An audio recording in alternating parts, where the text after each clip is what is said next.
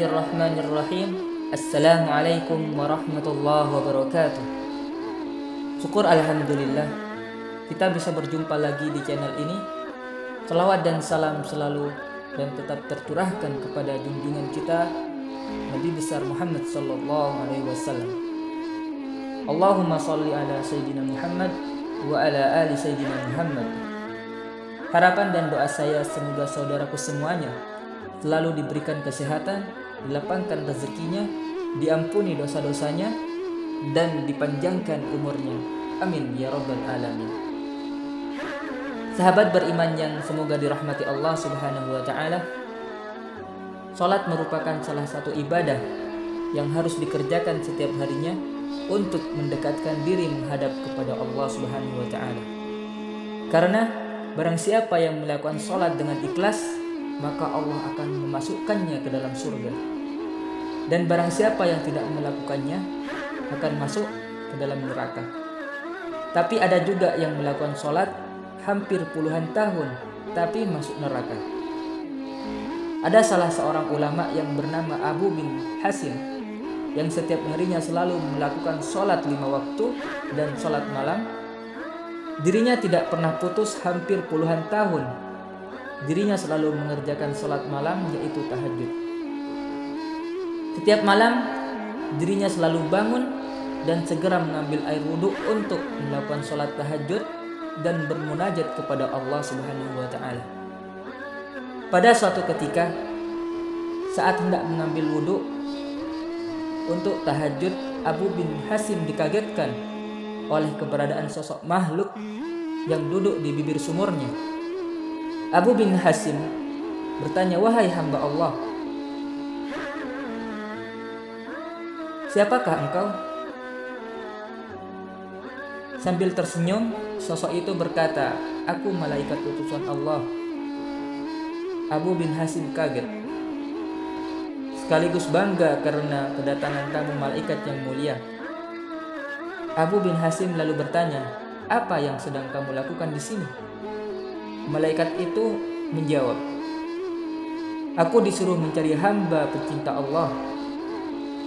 Melihat malaikat itu memegang kitab tebal, Abu bin Hasim lalu bertanya, "Wahai malaikat, buku apakah yang engkau bawa?" Malaikat menjawab, "Ini adalah kumpulan nama hamba-hamba pecinta Allah." Mendengar jawaban malaikat, Abu bin Hasim berharap dalam hatinya namanya ada di situ. Maka ditanyalah malaikat itu, "Wahai malaikat, apakah ada namaku di situ?" Abu bin Hasim berasumsi bahwa namanya ada di buku itu, mengingat amalan ibadahnya yang tidak kenal putusnya, selalu mengerjakan sholat tahajud setiap malam, berdoa dan bermunajat kepada Allah di sepertiga malam. "Baiklah, aku buka," kata malaikat sambil membuka kitab besarnya, dan ternyata malaikat itu tidak menemukan nama Abu bin Hasim di dalamnya. Karena tidak percaya, Abu bin Hasim meminta malaikat mencarinya sekali lagi. "Betul," kata malaikat, "namamu tidak ada di dalam buku ini." Kata malaikat. Abu bin Hasim pun gemetar dan jatuh tersungkur di depan malaikat. Dia menangis sejadi-jadinya. "Rugi sekali diriku yang selalu tegak berdiri di setiap malam dalam tahajud dan bermunajat kepada Allah Subhanahu wa ta'ala. Tetapi namaku tidak masuk dalam golongan para hamba pecinta Allah," kata Abu bin Hasim sambil menangis. Melihat itu malaikat berkata, "Wahai Abu Hasim, bukan aku tidak tahu engkau bangun setiap malam ketika yang lain sedang tidur. Engkau mengambil air wudhu dan kedinginan pada saat orang lain terlelap dan buayan malam. Tapi tanganku dilarang Allah menulis namamu. Apakah gerangan yang menjadi penyebabnya?" tanya Abu Hasim kepada malaikat.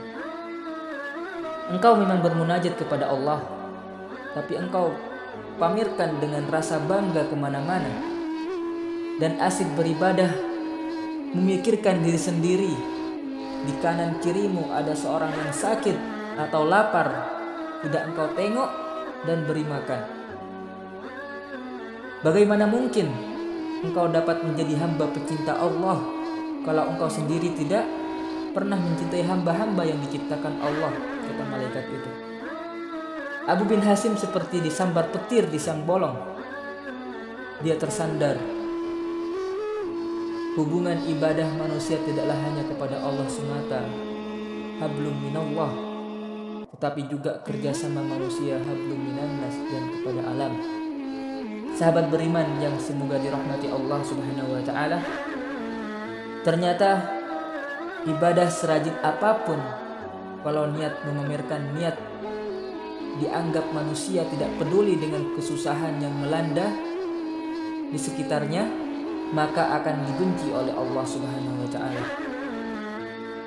Banyak dalam kisah dan hadis Rasulullah bahwa serajin apapun ibadah, kalau ada orang di sekitar yang kelaparan dan kesusahan, maka Anda akan masuk ke dalam neraka. Semoga kita mendapat hikmah dari pelajaran yang sangat berharga ini.